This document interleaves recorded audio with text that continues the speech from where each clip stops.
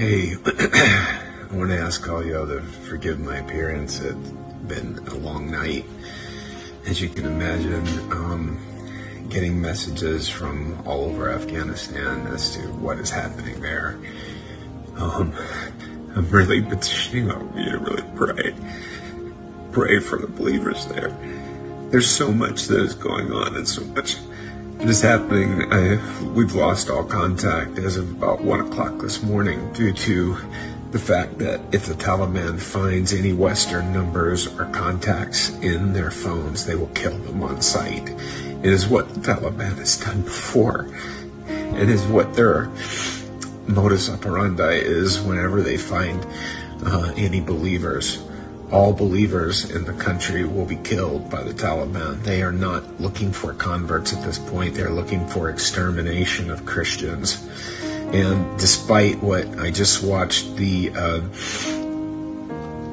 of the Taliban leaders in Doha just give a talk on the BBC, and I'm telling you, these people are full of lies. They have no plan for good for the country of Afghanistan.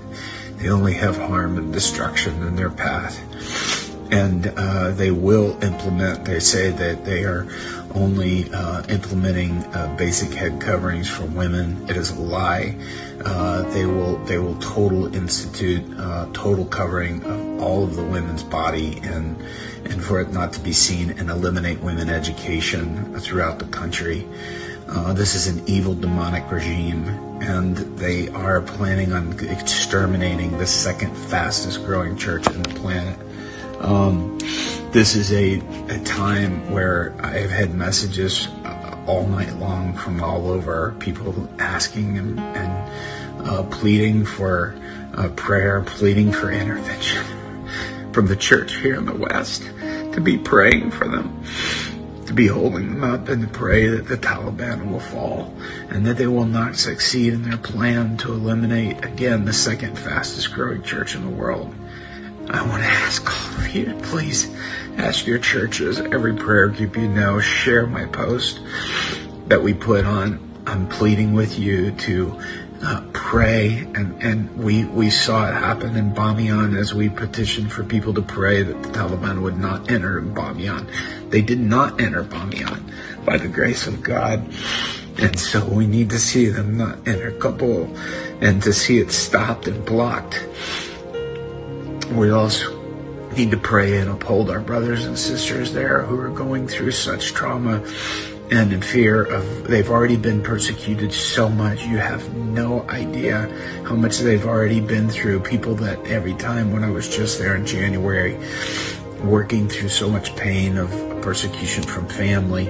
And so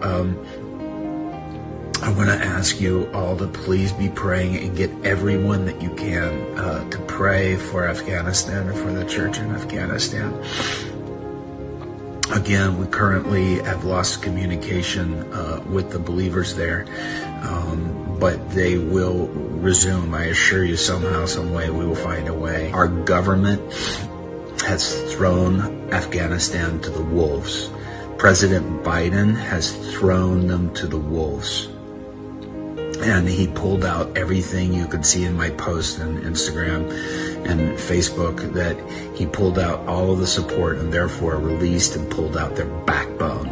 And so with what had been set up before, which was working, the former administration had a working plan and it was in place and it was actually working. And so I'm heartbroken at the way that our government and the UK government have treated the Afghan government and the leaders there, and totally abandoning them, handing over and even withdrawing from them military support, and even withdrawing from the military weaponry that would have been able to help them keep things at bay. But the U.S. government, the President Biden this past week said that there's 350 military and police troops that are in Afghanistan that can overthrow the Taliban, which is only 75,000 in armed forces. Why they are caving, nobody totally knows, but I can tell you this, that without U.S. or U.K. support, without the NATO support, it's going to feel like complete abandonment to them. And I think that's the reason why that so many places are caving and surrendering. And so it's doubt. The only thing that President Biden has done is send in 1,000 troops just to evacuate our people and to leave the Afghans alone. This is a tragedy, and so I want to petition you to pray for the underground church in Afghanistan. Pray that they be strong. They're showing immense strength. I can't tell you how blessed I am to see the strength in their heart. But pray that they withhold, and pray that they stand strong, and that they don't lose heart in this time, and that God will prevail. Jesus Christ is King of Kings and Lord of Lords, and we declare that. And I thank everybody for praying, and please keep holding up Afghanistan in prayer. We need that so much, and I plead with you to continue to pray for them. God bless you guys. Thank you.